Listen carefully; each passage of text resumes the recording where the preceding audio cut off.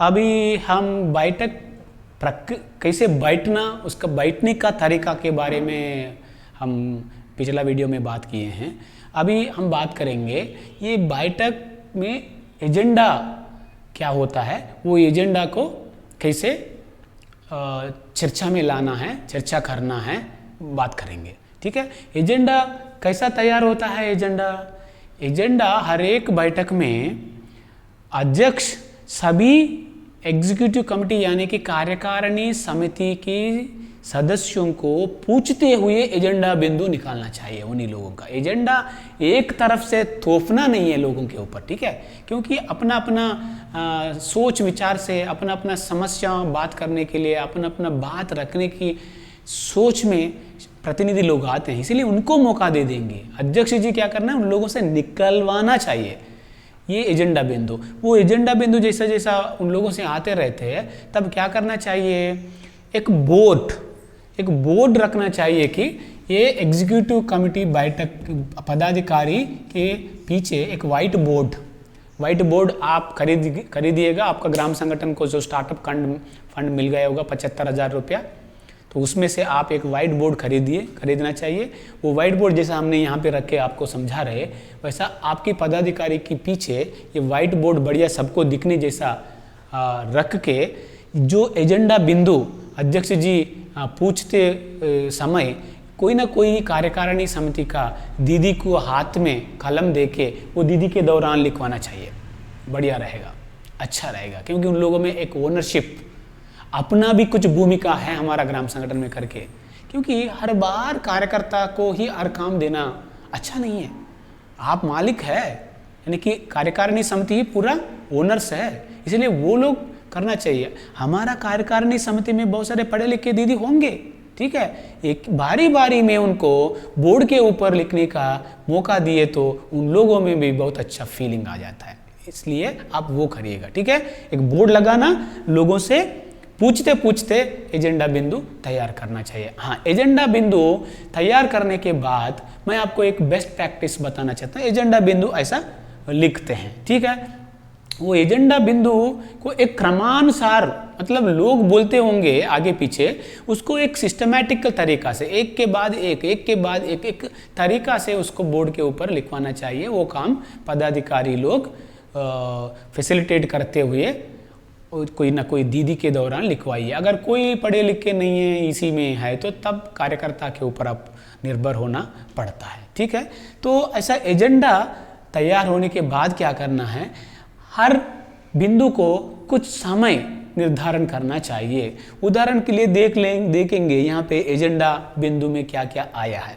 एक आया प्रार्थना, प्रतिज्ञा, परिचय, उपस्थिति, पिछले बैठक का कार्यवाही पर चर्चा, बचत, उधार किस्त, ब्याज और धन की भुगतान, एसएचजी को एमसीपी का प्रस्तुतिकरण, चर्चा, अनुमोदन, एसएचजी बैंक ऋण की समीक्षा, एसएचजी कार्य प्रगति समीक्षा एमपीआर की दौरान और उसको ग्रेडिंग देना, और उपसमितियों का समीक्षा और उसको नया काम देना, और डीसीबी यानी कि डिमांड कलेक्शन बैलेंस पर चर्चा, और ग्राम संगठन की में हुए प्राप्त और भुगतान के ऊपर चर्चा, आय और व्यय के ऊपर चर्चा, और सरकारी योजना के बारे में, और ग्राम सभा के बारे में, और हमारा जो समूह सखी यानी कि कोई भी कार्यकर्ता काम कर रहे हैं वो कार्यकर्ताओं का कामकाज की समीक्षा और उनका मानदेय का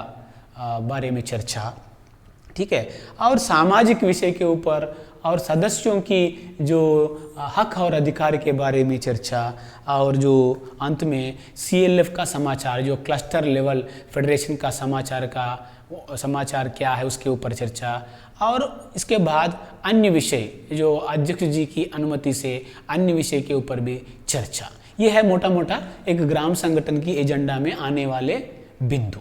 ये बिंदुओं को आप टाइम भी तय कर सकते हैं। प्रार्थना मान के चलेंगे कितना, 5 मिनट प्रार्थना, प्रतिज्ञा ये भी 10 मिनट प्रतिज्ञा, परिचय 15 मिनट की, और ये उपस्थिति ये 5 मिनट।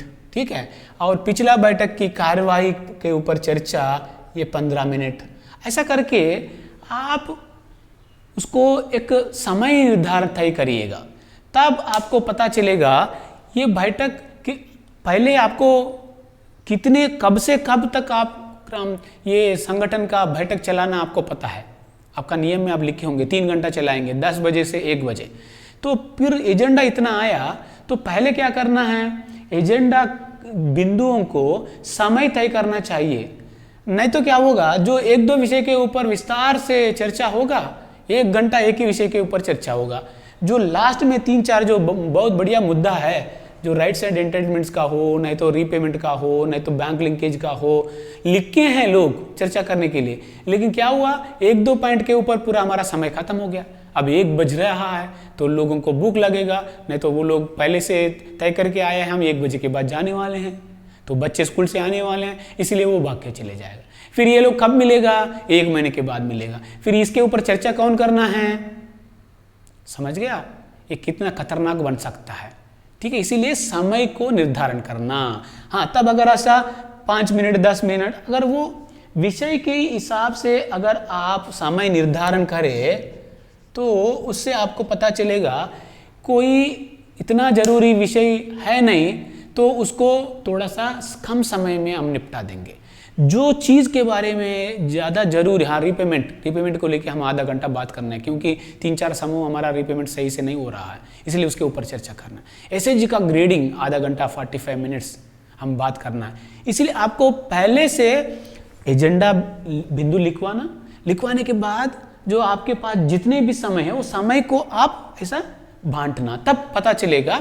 अगर कहीं पे अगर आपको समय कम लग रहा है, को इतना इम्पोर्टेंट विषय नहीं है, उसको कम करना चाहिए, तो ताकि सभी सदस्यों को ये ना लगे मेरा विषय जो रखे हैं उसके ऊपर कोई बात ही नहीं हुआ है, वो नाराज हो जाता है।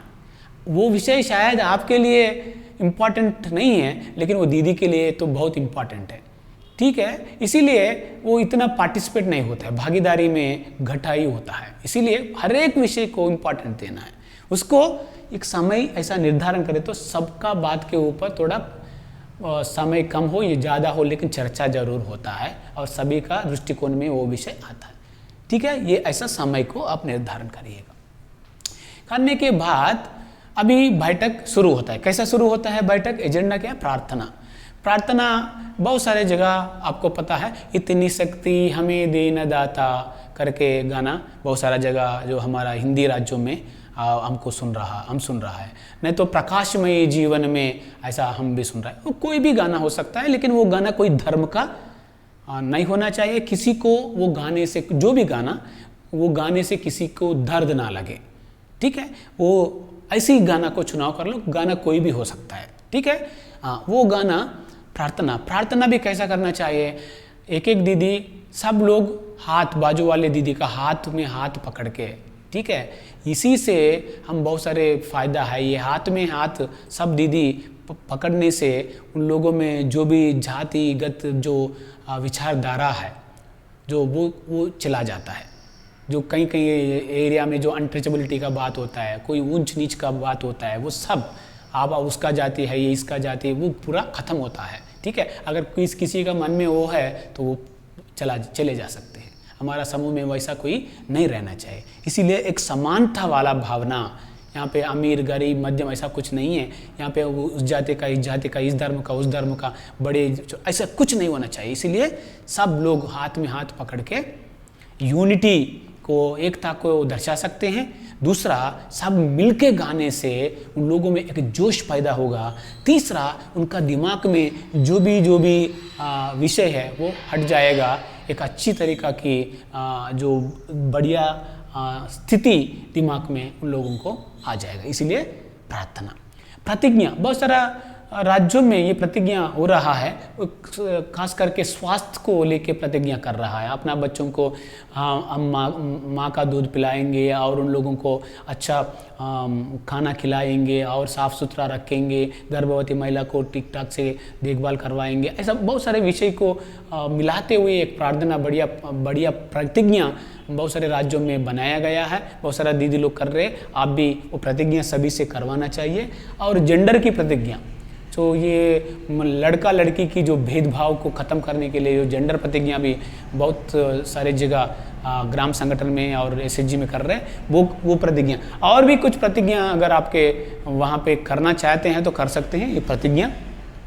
और ये प्रतिज्ञा खड़े होकर करने चाहिए, हाथ ऐसा रख के करना चाहिए। एक दीदी बोलते हुए पीछे सब लोग बोलना चाहिए, नहीं तो सब लोग एक ही बार में भी प्रतिज्ञा करना चाहिए। ये प्रतिज्ञा करने से लोगों में एक तरह की जो जोश आ जाएगा, एक तरह की जो कमिटमेंट उन लोगों में पैदा होगा और वो उनकी दिमाग में हमेशा चलता रहता है, उसको लेके कुछ काम करते रहेंगे लोग, इसीलिए प्रतिज्ञा करवाते हैं। और बाद में परिचय, आपको पता है एसएचजी, अगर आप हमारा एसएचजी बैठक का वीडियो अगर नहीं देखे तो देख लीजिएगा। ये ज़रूर ये परिचय का हर एक को अपना नाम, अपना पद नाम, अपना समूह का नाम और ग्राम संगठन में अगर आप उन लोगों को कुछ पद है तो वो पद का नाम ये ज़रूर बोलते हुए सभी को अपना अपना परिचय खड़े होकर परिचय देने का मौका सबको देना चाहिए। ये ऐसी काम करने से उन लोगों में एक क्या है, हिम्मत बढ़ता है, विश्वास बढ़ता है और वो लीडरशिप क्वालिटीज़ उन लोगों में बढ़ने में ये बहुत मदद करता है। ठीक है, ये है परिचय के बारे में। और उपस्थिति के बारे में, ये उपस्थिति 2-3 मिनट या 5 मिनट में हमारा जो कार्यकर्ता की सहायता से, नहीं तो कोई पदाधिकारी लोग, अब जो उपस्थिति सब मतलब कितना समूह, अगर 15 समूह है तो 30 लोग आना चाहिए, या 15 समूह से 30 लोग आए हैं, कौन सा समूह से कौन सा दीदी प्रेजेंट हुआ, अगर जो दीदी आया नहीं है तो क्यों नहीं आया, वैसा ये उपस्थिति होगा। उपस्थिति के ऊपर चर्चा भी हो जाएगा, यहाँ से चर्चा शुरू हो जाएगा। आपको उपस्थिति में अगर 30 लोग आना चाहिए तो 30 आए तो कोई चर्चा का जरूरत नहीं है। अगर उपस्थिति में 30 लोग की जगह अगर 22 लोग आए, नहीं तो 24 लोग आए, जो आए नहीं है वो कौन सा एसएचजी का है, अगर वो आए नहीं है तो किसी को जानकारी दिया है क्या, कोई अनुमति से गए हैं क्या, अगर अनुमति नहीं लिए, अनुमति लिए तो ठीक है, अगर बिना अनुमति गए हमारा नियम के अनुसार उन लोगों के ऊपर दंड लगते हैं। ये यहाँ पे चर्चा हो जाएगा, वो मिनटिंग भी हो जाएगा। और जो नेक्स्ट जो एजेंडा बिंदु है, पिछला बैठक की कार्रवाई पर चर्चा। पिछले मतलब जो पिछले बैठक, इससे पहले जो बैठक हुआ था, वो बैठक में किन किन मुद्दों के ऊपर चर्चा हुआ था, वो चर्चा के दौरान क्या क्या निर्णय लिया गया है हमारा कार्यकारिणी समिति के दौरान, और वो जो लिए गए निर्णय को इम्प्लीमेंटेशन यानी कि उसको धरातल में करने का काम कितना तक आया था, वो होगा। चर्चा बहुत होगा, बहुत सारे मुद्दे के ऊपर, लेकिन उसी में से कुछ ही निर्णय निकल आएगा। वो निर्णय का पालन कैसा हो रहा है उसके बारे में चर्चा यहाँ पे जरूर करना चाहिए। अगर हाँ सभी निर्णय लिया है, वो सभी सही से हो रहा है, वो तो बेहतरीन है। अगर 2-3 चीज़ों में हमने पीछे पड़े हैं, उसका कारण क्या है, वजह क्या है, पूछेंगे और उसको जल्दी से जल्दी करने के लिए क्या क्या काम या क्या क्या कदम उठाना पड़ता है, उसके बारे में भी चर्चा करके उसको जल्द से जल्दी कंप्लीट करने का बात भी यहाँ पे होता है। इसीलिए रिव्यू बोला जाता है, उसको समीक्षा बोला जाता है पिछला निर्णय के ऊपर। और ये नेक्स्ट पॉइंट जो है, बचत, उधार किस्त, ब्याज और दंड की भुगतान। हाँ, अगर वहाँ पे आर्थिक यानी कि वित्तीय नियम के अनुसार सभी एसएचजीज ग्राम संगठन में बचत करने के लिए अगर तय किए तो जितना किया है उतना उसके हिसाब से एक एक समूह को मौका दिया जाएगा, वो आके बचत वहाँ पे भुगतान करेगा और तुरंत उनका जो एसएचजी पास पुस्तक में चढ़ाना जरूरी है। ठीक है। हाँ, नंबर 2 नेक्स्ट क्या है, बचत वसूल के बाद उधार किस्त। अगर जो पिछला महीनों में लिए गए जो किस्त जो ऋण राशि का भुगतान करते हैं एसएचजी, जो एसएचजी ऋण राशि और बैच, किस्त राशि और बैच अपना इंस्टॉलमेंट के हिसाब से वो लेके आते हैं। अगर वो चेक लेके आए तो चेक देते हैं, अगर वो इलेक्ट्रॉनिक ट्रांसफ़र करेंगे तो उसका जो सबूत दिखाते हैं, अगर पैसे ही लेके आए तो पैसे कोषाध्यक्ष जी को देते हैं और वहाँ से एक रिसीट तुरंत वो लोग लेना चाहिए। रिसीट जरूर, जितना पैसा दिया, 1 रुपया दिया, 1 लाख दिया, उससे कोई मतलब नहीं है, लेकिन रिसीट तुरंत लेना चाहिए और उनका पास पुस्तक में चढ़ाना भी जरूरी है। और कोई दंड का भी भुगतान करना चाहिए। मैंने अभी भी बताया, अगर 30 लोग आना चाहिए, 26 लोग आया, 4 लोग नहीं आया, अगर उसमें से 2 लोग अनुमति से गया, अगर 2 लोग बिना अनुमति गए तो अपना वित्तीय नियम के हिसाब से जो या बैठक नियम की हिसाब से वो लोग 10-10 रुपया या 15-15 रुपया जितना निर्धारण है उसका हिसाब से जो लोग जुर्माना देना है या तो वो फाइन दंड भुगतान करना है। मतलब पूरा भुगतान का काम यहाँ पे हो जाएगा। बचत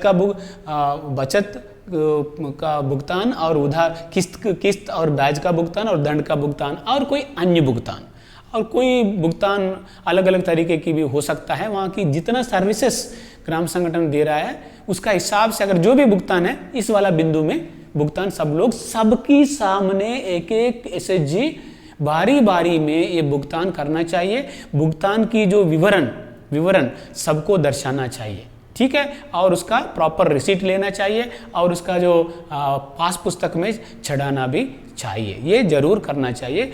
बैठक की बाहर कोई भी ट्रांजैक्शन, फाइनेंशियल ट्रांजैक्शन नहीं होना चाहिए। ये वित्तीय नियम की विरुद्ध में है, ठीक है। कोई भी पैसे का ट्रांजैक्शन सबके सामने कार्यकारिणी समिति के बैठक में ही होना चाहिए, बारी बारी में ये करना चाहिए। और नेक्स्ट जो मुद्दा है, एजेंडा मुद्दा, नया ऋण की मंजूरी।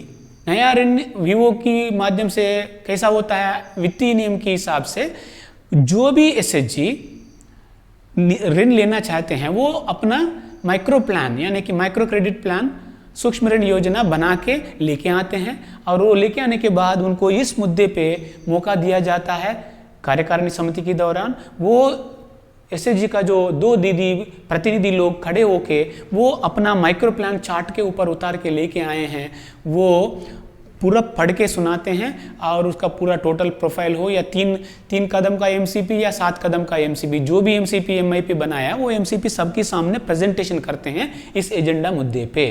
करने के बाद अप्रेजल होता है। अप्रेजल माने उसमें से कार्यकारिणी समिति का दीदी लोग अलग अलग तरीके की सवाल पूछ सकते हैं। आपका समूह में बचत कितना है, आपका समूह में दीदी लोग कितना है, आपका बैठक कैसा हो रहा है, आपका जो रिपेमेंट अभी तक जो लिए गए कर्जे के लिए कैसा हो रहा है, अगर फलाना दीदी को गाय बेच दिए तो वो कैसा पालन करेगा, उनके पीछे क्या अनुभव है, क्या आप ब्यूटी पार्लर लगाए तो आपको काम आता है क्या, कौशल है क्या।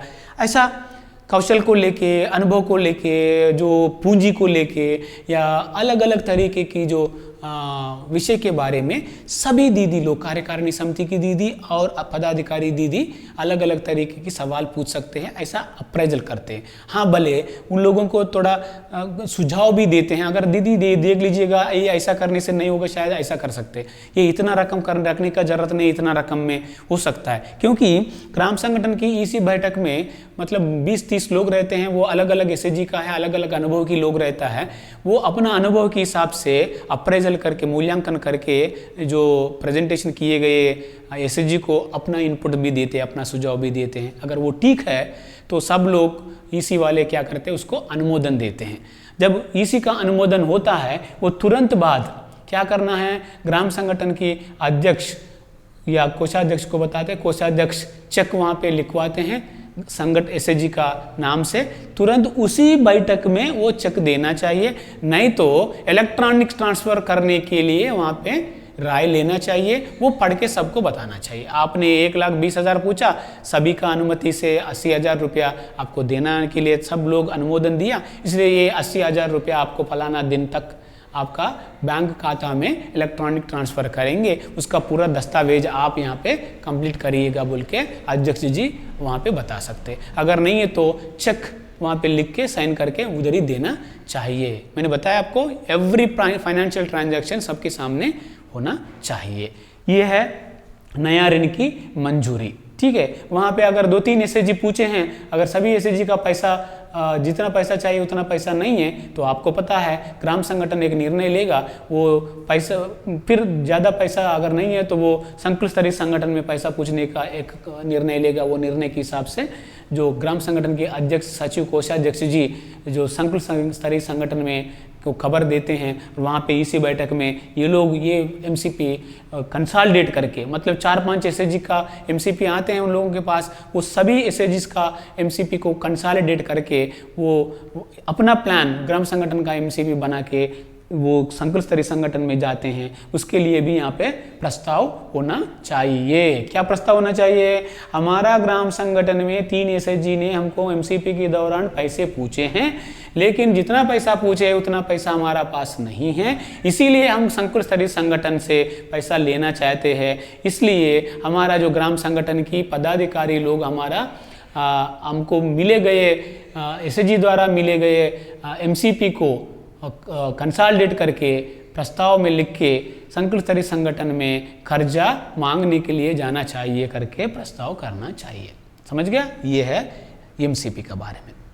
और दूसरा, एसएचजी बैंक ऋण की समीक्षा, यानी कि एसएचजी को डायरेक्ट लोन देता है बैंक, लेकिन इसमें एक सपोर्ट रोल प्ले करता है, मतलब सहायक जो जिम्मेदारी निभाता है ग्राम संगठन कि कभी कभी अगर एसएचजी को लोन नहीं दिए तो ग्राम संगठन रिकमेंड करते हैं, बैंक के अधिकारी लोगों से बात करते हैं, जैसा अगर लिए गए लोन वापसी सही से नहीं हो रहा है तो उसका देखभाल करने का जिम्मेदारी इनको बनता है। इसीलिए हर ग्राम संगठन में बैंक लिंकेज वॉच रजिस्टर, यानी कि एसएचजी जितने भी एसएचजी को जो दिया गया बैंक से दिया गया खर्चा सही से वापसी हो रहा है या नहीं हो रहा है, यहाँ पे चर्चा करते हैं।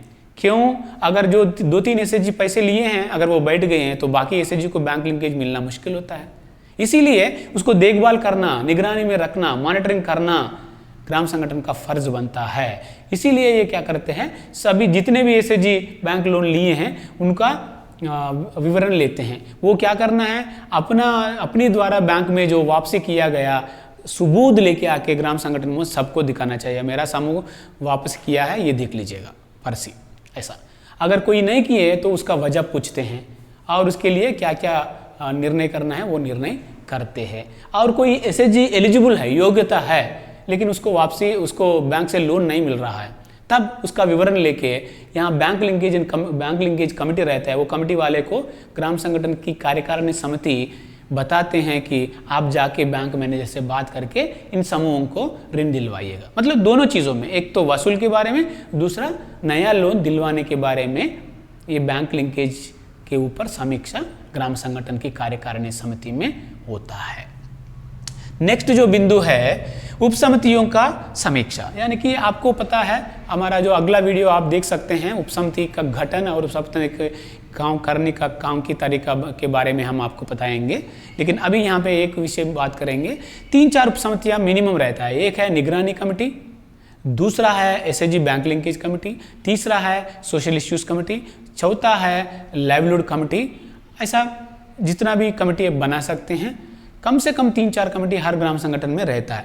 वो कमेटी पिछला महीने में वो कमेटियों को, अलग अलग कमेटियों को क्या काम दिया गया है इसी के दौरान, कार्यकारिणी समिति के दौरान एक एक कमेटी अपना रिपोर्ट पेश करते हैं। एक एक कमेटी खड़े होके हमारा कमेटी पिछला महीना हमको दिया गया काम को हमने ऐसा किया है, ठीक है।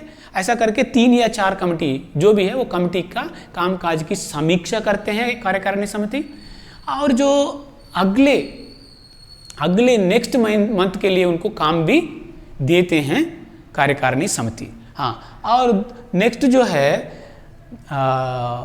सर ये उपसमितियां की समीक्षा करने से पहले ही एक काम होता है एसएचजी का कामकाज की समीक्षा, यानी कि हर महीने सभी एसएचजी का कामकाज के ऊपर विस्तृत में चर्चा करना नामुमकिन है, उतना समय नहीं रहेगा। इसीलिए बहुत सारा ग्राम संगठन एक डिसीजन लिया है, निर्णय लिया है, क्या करते हैं हर महीने कम से कम 4-5 एसएचजी का, कम से कम 4 एसएचजी का जो कामकाज के बारे में चर्चा करते हैं।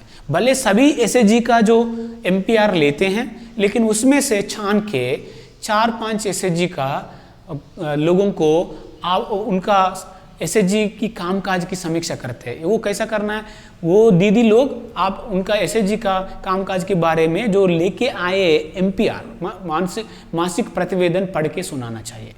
उसमें से हाजिरी के बारे में, बैठक के बारे में, ऋण वितरण के बारे में, ऋण वापसी के बारे में, बचत के बारे में, सामूहिक कार्यक्रम के बारे में, सामाजिक कार्यक्रम के बारे में, वित्तीय गैर वित्तीय जो भी होता है, हर तरह की कामकाज में वो हर एक एसएचजी किस लेवल पर है, ऐसा 4-5 एसएचजी का विस्तृत जानकारी लेते हैं।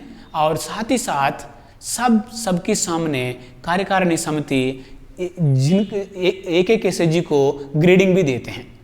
अगर वो 100 पे 100 कर रहा है या 100 पे 90 कर रहा है तो उसका A ग्रेड मिल जाएगा। अगर वो 100 पे 80 कर रहे हैं उसका B ग्रेड मिल रहा है। अगर 100 पे वो 70 ही कर रहे हैं तो उसका C ग्रेड, मतलब ग्रेडिंग का भी वो लोग रखेगा, कितना नंबर मिलेगा तो कितना देना चाहिए करके।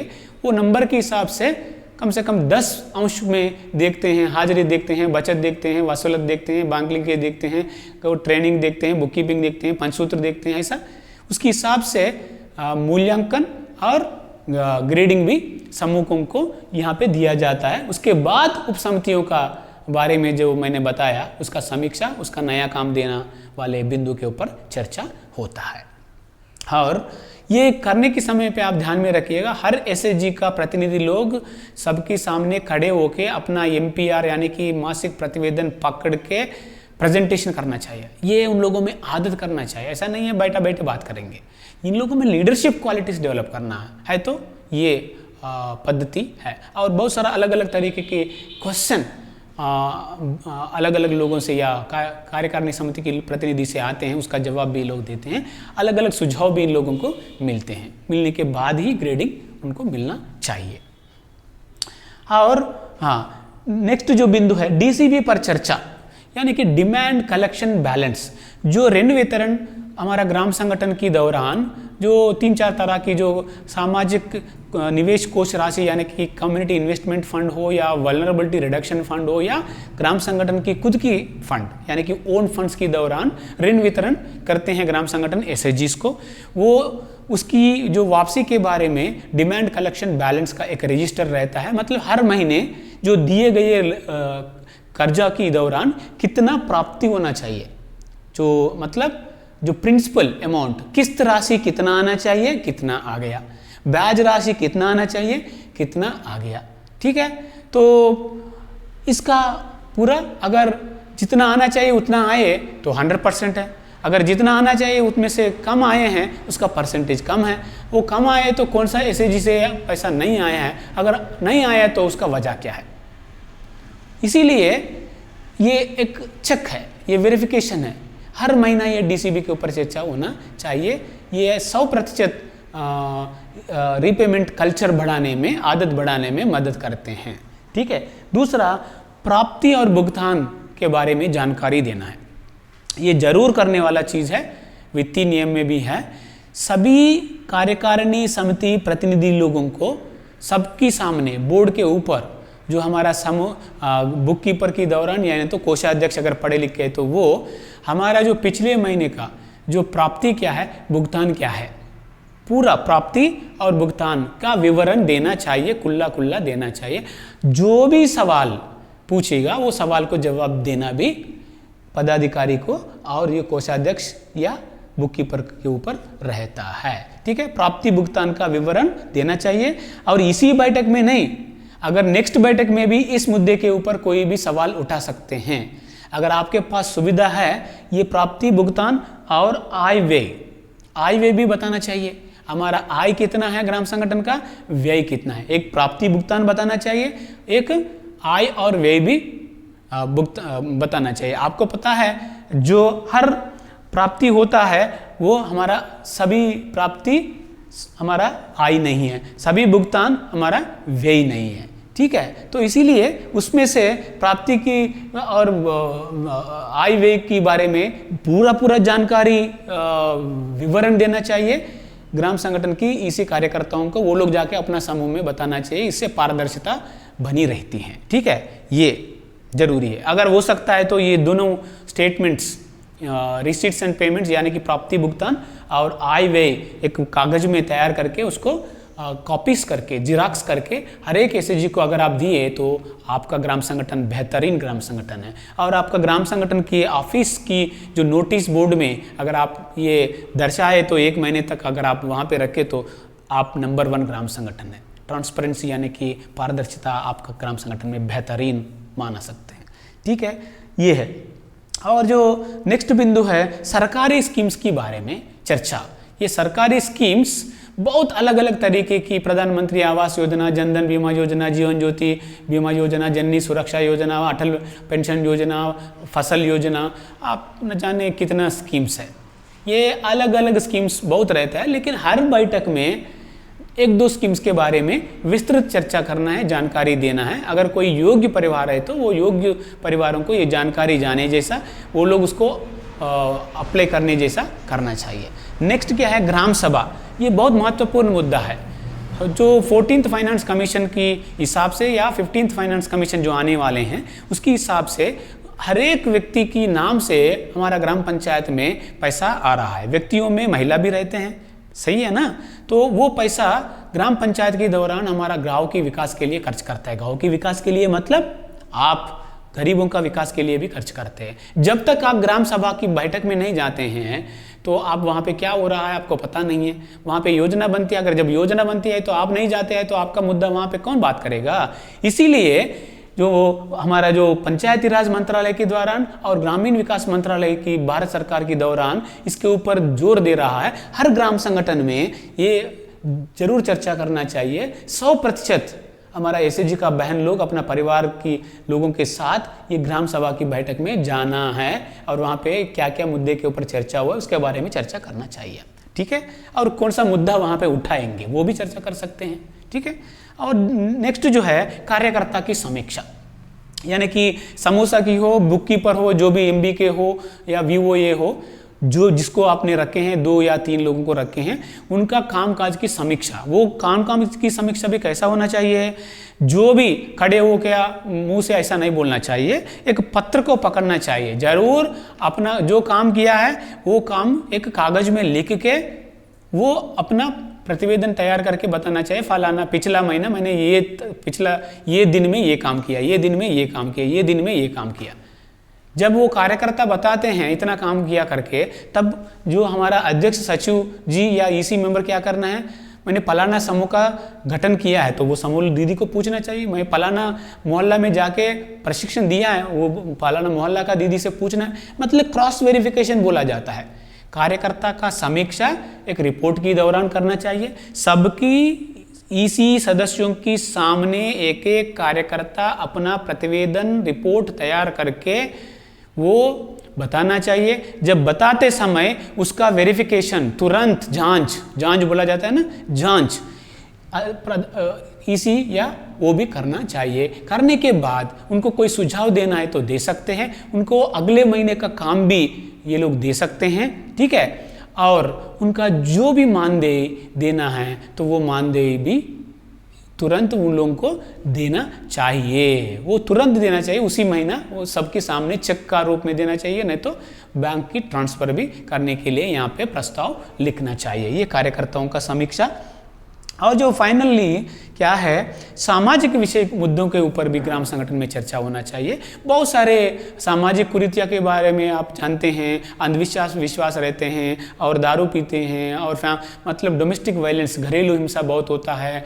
अलग अलग तरीके की जो मुद्दे हमारा गाँव में आजकल है, लेकिन बहुत सारे अलग, हर एक मुद्दा एक ही बैठक में नहीं होता है, लेकिन एक एक बैठक में कम से कम एक मुद्दा, नहीं तो एक ही मुद्दा बड़ा मुद्दा है तो 3-4 बैठक में उसका विस्तृत में उसका चर्चा करना चाहिए। और उसमें हेल्थ का बारे में चर्चा करना, न्यूट्रिशन के बारे में चर्चा करना, वॉश के बारे में चर्चा करना और जो हमारा टॉयलेट के बारे में चर्चा करना और उसके लिए एक रणनीति बनाना, सब लोगों के लिए सब लोगों को जानकारी जाने जैसा काम चर्चा होना चाहिए ये सामाजिक विषय के ऊपर। और इसके बाद राइट्स एंड एंटाइटलमेंट्स, यानी कि हक और अधिकार के बारे में बहुत सारे लोगों को अलग अलग चीज़ों में, यानी कि नरेगा कार्ड एक हक है, ये कानून द्वारा दिया गया है एक हक। अगर किसी को योग्यता है उनको ना मिले तो उनका सभी लोगों का लिस्ट हर एक एसएचजी द्वारा कलेक्ट करना चाहिए, ये पंचायत में ग्राम संगठन के द्वारा देना चाहिए, नहीं तो बीडीओ ऑफिस तक जाना चाहिए, ठीक है। और ये राशन कार्ड एंटाइटलमेंट होता है।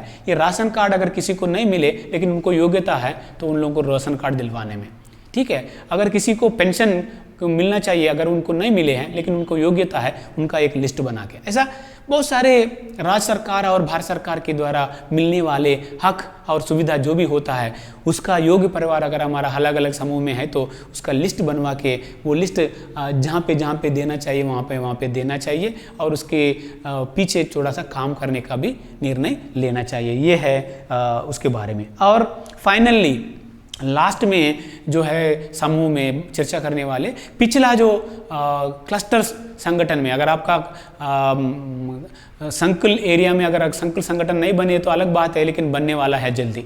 अगर बन गए हैं तो आपका प्रतिनिधि लोग जरूर वहाँ पे हाजिर हुआ होगा, तो वो प्रतिनिधि लोग खड़े होके यानी कि आपका वीवो का अध्यक्ष या सचिव खड़े होके जो पिछला संकुल स्तरीय संगठन की बैठक में क्या क्या किन किन बातों के ऊपर मुद्दों के ऊपर चर्चा हुआ है वो सारे विस्तृत जानकारी सभी सदस्यों को देना चाहिए। वो जानकारी यहाँ की जो लोग जाके वहाँ पे अपना समूह में बताते हैं। ये सब बिंदु बात कर सकते हैं। इसके अलावा भी मुद्दा अगर आप बात करना है तो कार्यकारिणी समिति बात करना है तो अध्यक्ष जी की अनुमति से अलग अलग विषयों के ऊपर बात कर सकते हैं।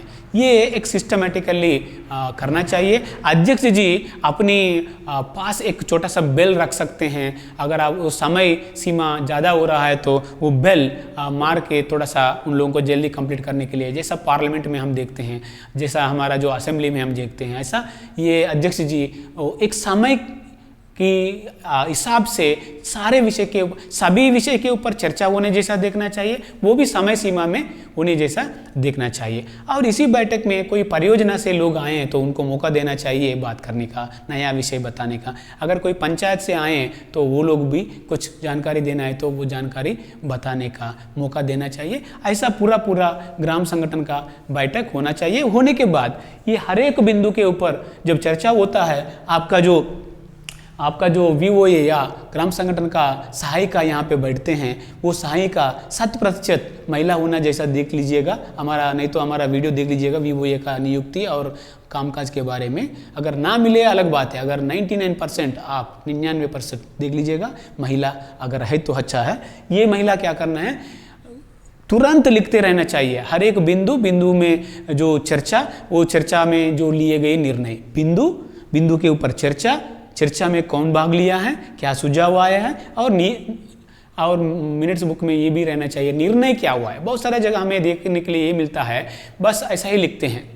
उसमें बिंदु क्या है, वो बिंदु में चर्चा क्या हुआ, चर्चा में कौन लोग भाग लिया, और उसमें डिसीजन फाइनल है, निर्णय क्या लिया गया है। ये निर्णय अगर वहाँ पे अलग पेन से लिखे तभी तो पता चलेगा नेक्स्ट बैठक में उसके ऊपर चर्चा। और वो निर्णय को अमल करने की जिम्मेदारी किसको दिया वो भी वहाँ पे लिखना चाहिए। वो जैसा लिख दिया ना, उस चीज़ को क्या करना चाहिए, सबको अंत में पढ़ के सुनाना चाहिए। सुनाने के बाद सबका हस्ताक्षर, इसी सदस्यों का हस्ताक्षर पहला करवाना चाहिए, बाद में वो भी मेंबर्स का हस्ताक्षर करवाना चाहिए। ऐसा करवाने के बाद जो अध्यक्ष जी के दौरान या तो पदाधिकारी के दौरान सबको धन्यवाद मिलते हैं और नेक्स्ट बैठक के बारे में जानकारी देते हुए बैठक समाप्त होता है। ये बैठक करने का तरीका। और इसमें ईसी मेंबर्स का जिम्मेदारी है ये बैठक में जो भी चीज़ हुआ था इसके बारे में अपना समूह में जाके अपना बैठक में पूरा जानकारी वहाँ पे बताना चाहिए। ये है एक अच्छा ग्राम संगठन की कार्यकारिणी समिति का बैठने का तरीका और बैठक में चर्चा करने वाला बिंदु का तरीका।